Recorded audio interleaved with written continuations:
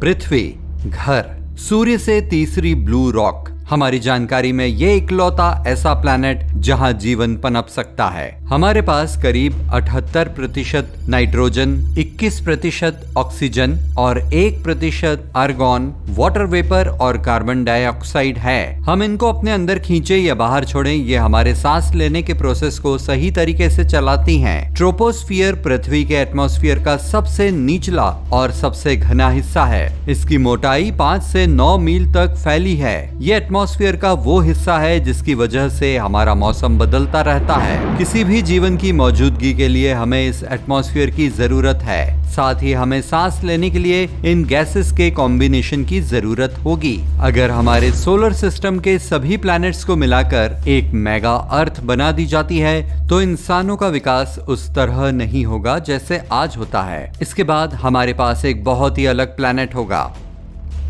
अगर हम मंगल का लैंडस्केप देखें तो हमारे पास सिर्फ ठोस जमीन होगी जहां पानी के स्रोत नहीं होंगे। पृथ्वी हमारे सोलर सिस्टम का इकलौता ऐसा प्लैनेट है जिसके पास वाटर बॉडीज हैं। सबसे बड़े अजूबों में से पहला ओलंपस मॉन्स होगा, जो सोलर सिस्टम का सबसे बड़ा ज्वालामुखी है। ये 78,000 फीट की ऊंचाई के साथ माउंट एवरेस्ट के बड़े हिस्से जितना उठता है। वेलिस मैरिनरिस घाटियों का एक ग्रुप है जिसके सामने अमेरिका में ग्रैंड कैनियन बहुत छोटा नजर आता है। यह अजूबा लगभग 2,500 मील तक फैला है और 4 मील से भी ज्यादा गहरा है। इन अद्भुत इलाकों के अलावा मंगल पर बहुत सारी देखने लायक जगह हैं जो पृथ्वी पर मौजूद जगहों से बहुत ज्यादा बड़ी हैं। ये प्लैनेट जुपिटर यानी बृहस्पति जितना बड़ा भी हो सकता है। अगर पृथ्वी किसी अंगूर के साइज की होती तो जुपिटर एक बास्केटबॉल जितना बड़ा होगा।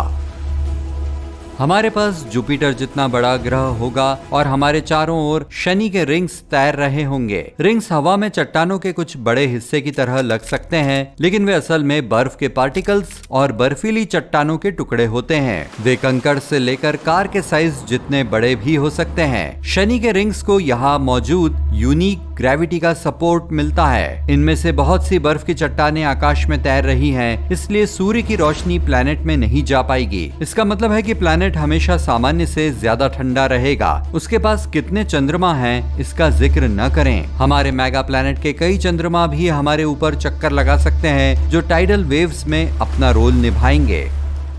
जुपिटर को रेड स्पॉट के लिए भी जाना जाता है। पृथ्वी के साइज से दोगुनी साइज की एक जगह जिसमें कई सालों से हरिकेन जैसे तूफान आ रहे हैं। मेगा अर्थ के लोग इससे बहुत दूर बसेंगे। बुध ग्रह है लेकिन चारों ओर गड्ढे होने के कारण चंद्रमा जैसा दिखता है। ऐसा अरबों सालों से लगातार कई एस्टेरॉइड्स और कॉमेट्स के टकराने की वजह से हुआ है। लेकिन यहाँ के लैंडस्केप में मुख्य रूप से पहाड़, ऊंची जमीनें, खड़ी चट्टानें और घाटियां शामिल हैं। कैलोरिस बेसिन करीब 1,000 मील चौड़ा है। माना जाता है कि ये एक कॉमेट के टकराने के बाद बना था।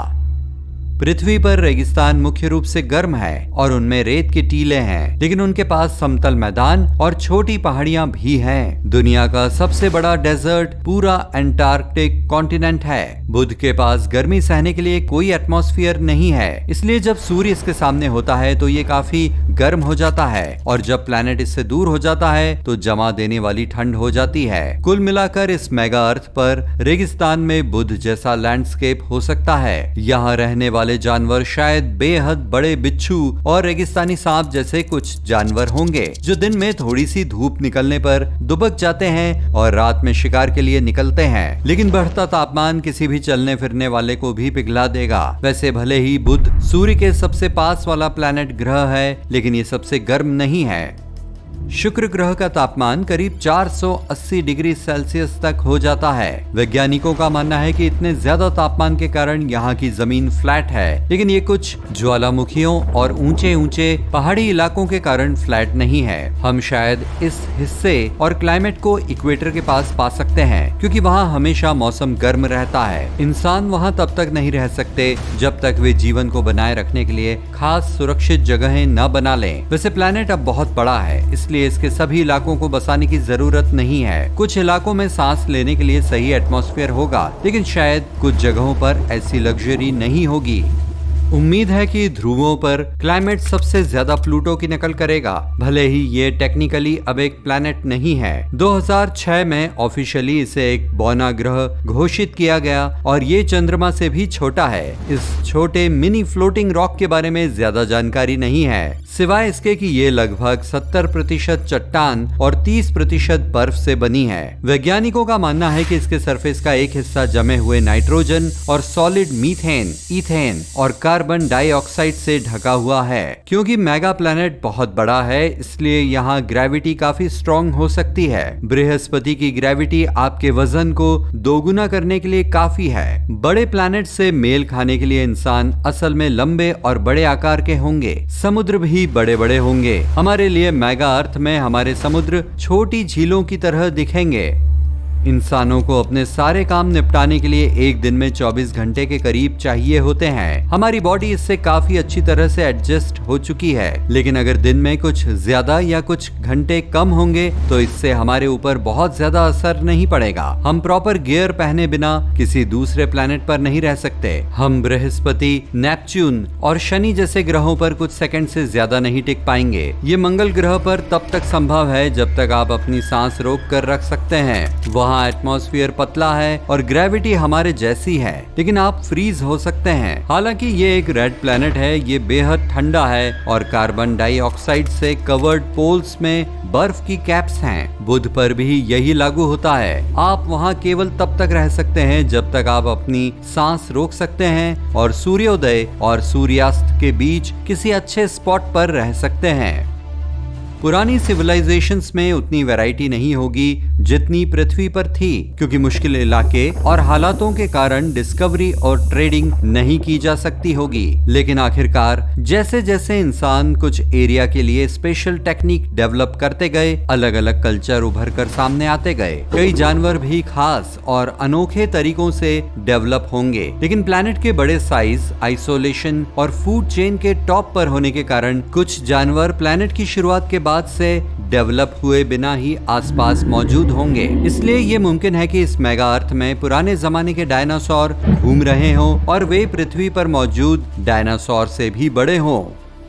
वैसे बहुत हद तक मुमकिन है कि कुछ इंसान एक दूसरे से शारीरिक रूप से अलग हो सकते हैं। फिर भी प्लैनेट की दूसरी साइड पर रहने वाले इंसानों की एक से ज्यादा स्पीशीज भी हो सकती हैं। आइसोलेशन के कारण वे अपने आसपास के माहौल के मुताबिक अपने खास तरीके से डेवलप होंगे। समय बीतने के साथ साथ टेक्नोलॉजिकल डेवलपमेंट अलग अलग कल्चर्स को चारों ओर फैलाएगी और लोग एक दूसरे से आसानी से मिल सकेंगे। निएंडरथल और होमोसेपियंस एक बार साथ साथ रहते थे और उन्हें इंसानों की दो स्पीशीज माना जाता था। निएंडरथल बुद्धिमान थे और शिकार और ड्राइंग के लिए टूल्स का इस्तेमाल करते थे। होमोसेपियंस जीवित बचे और नई जमीन की खोज के लिए इधर उधर भटकते रहे। मेगा अर्थ पर कुछ इलाकों में रहने वाले इंसानों की दो मुख्य स्पीशीज और दूसरी छोटी स्पीशीज हो सकती हैं। वे हमसे बड़ी, सख्त और तेज होंगी। जो लोग पेड़ों के पास रहते हैं उनके पास एक पेड़ से दूसरे पेड़ तक फैलने और झूलने के लिए लंबे बॉडी पार्ट्स होंगे। जो लोग सवाना में रहते हैं वे शायद बहुत तेज दौड़ेंगे और उनके पैर लंबे होंगे। हमारे पास पृथ्वी के मुकाबले बड़े देश और शहर होंगे। कोई देश पृथ्वी जितना बड़ा भी हो सकता है। मानव आबादी कई अरब तक भी पहुंच सकती है। लोगों को एक से दूसरे कॉन्टिनेंट में ट्रैवल कराने के लिए स्पेशल ट्रांसपोर्टेशन टेक्नोलॉजी की खोज की जा सकती है। अगर रेगुलर प्लेन का इस्तेमाल करते हैं तो उन दूरियों को कवर करने में महीनों या साल भी लग सकते हैं। हाई स्पीड ट्रेन्स जमीन पर बेतहाशा तेजी से ट्रैवल करेंगी और आकाश से गुजरते रॉकेट जैसे प्लेन्स होंगे। समुद्र से ट्रैवल करने के लिए बेहद मजबूत शिप्स की जरूरत होगी। अटलांटिक महासागर से ट्रैवल करना पहले से ही कई लोगों के लिए डरावना है, इसलिए पानी की एक बॉडी में ट्रैवल करने की कल्पना करें जो पृथ्वी से 8 गुना तक बड़ी हो सकती है। हमें एक बड़ी बोट की जरूरत होगी। जान बचाने के लिए कुछ खास इलाके होंगे जैसे कि रेड स्पॉट, जहां पर लगातार तूफान चल रहा है। लेकिन ट्रैवल इंडस्ट्री के पास लोगों को दिखाने के लिए कुछ जगह हो सकती है। इतने बड़े प्लेनेट पर रहना हम में से ज्यादातर लोगों के लिए इतनी जल्दी मुमकिन नहीं है, लेकिन वैज्ञानिक पहले से ही इंसानों के लिए एक नया घर खोजने के लिए दूसरे प्लैनेट्स पर जाने पर चर्चा कर रहे हैं।